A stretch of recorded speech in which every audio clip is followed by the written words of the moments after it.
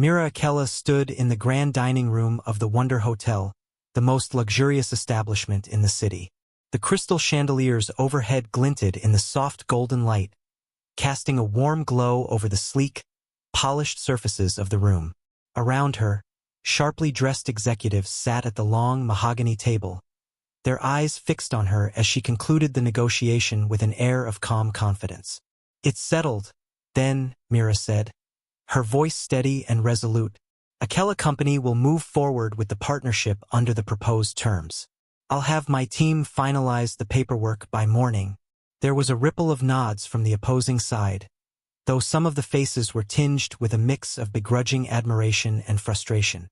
Myra's precision and eloquence had cornered them, leaving little room for maneuver. Even in the world of ruthless business negotiations, she stood tall, a woman among wolves, both figuratively and literally.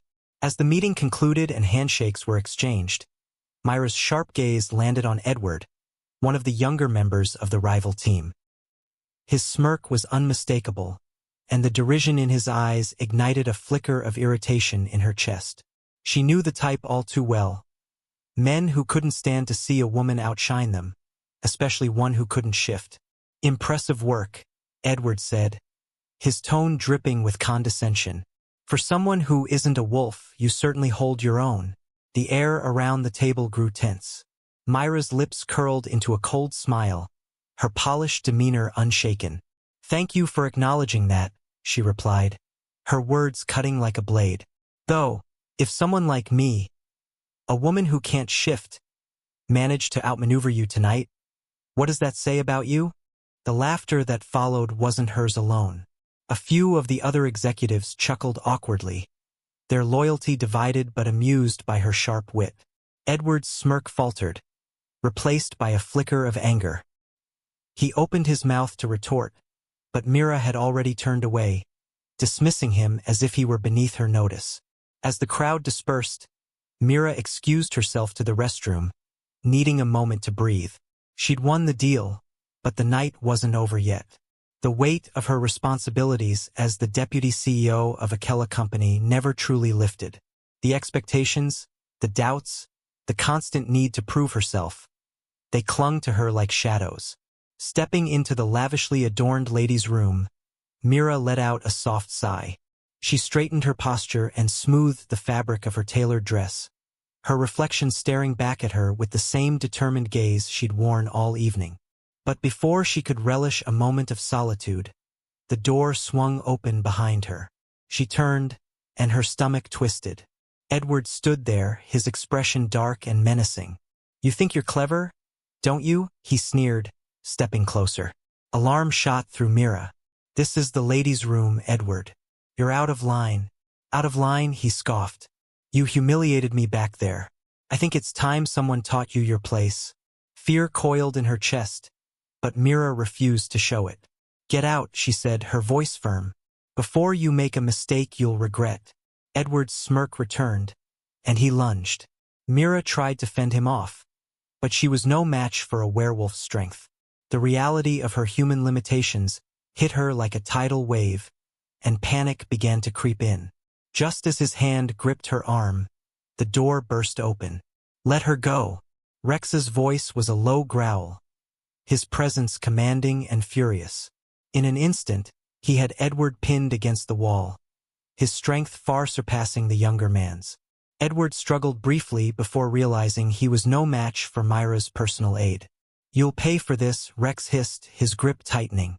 Myra's heart raced as she watched Rex effortlessly handle the situation. Relief flooded her, but so did anger.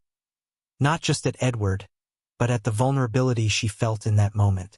"Get him out of here," Mira ordered, her voice icy. "And call the police. He's not walking away from this." Rex nodded, dragging Edward out of the room without a second glance. Left alone, Mira leaned against the counter, her hands trembling slightly.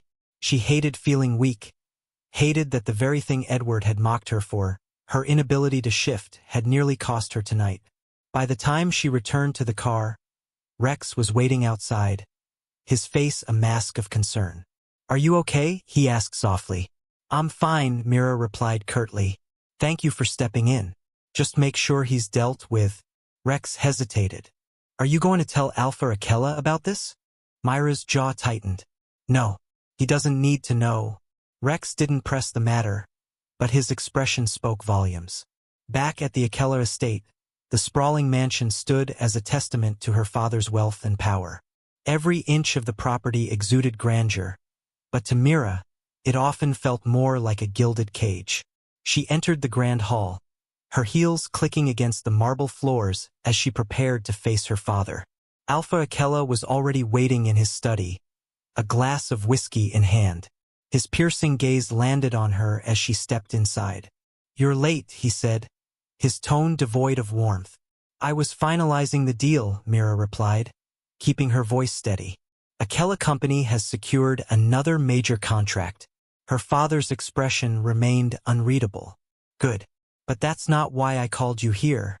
Myra's heart sank. She had hoped, foolishly perhaps, for a word of praise.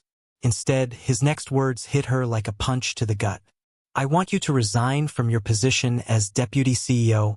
The air seemed to leave the room. What? She asked, disbelief coloring her voice. I've poured everything into this company. Who could possibly be more suited for the role than me? Alpha Akela's gaze hardened. You're not my only child, Mira. Years ago, I had a son. He's more than capable of taking on the role. Stronger, smarter, and unlike you, he has his wolf. Mira felt as though the ground beneath her had crumbled. A son? She echoed. You've had a son all this time, and you're telling me now? It's time you knew, her father said, his voice devoid of emotion. Edward, come in. The door opened, and Myra's breath caught in her throat. Standing before her was Edward, the very man who had mocked her tonight and tried to assault her. His smirk was back, and this time, it carried a chilling sense of triumph. Meet your brother, Alpha Akela said. Myra's world spun as she stared at the man who had nearly destroyed her tonight, now standing in her home, claiming her birthright. She clenched her fists, her nails digging into her palms as a single thought burned in her mind. This isn't over.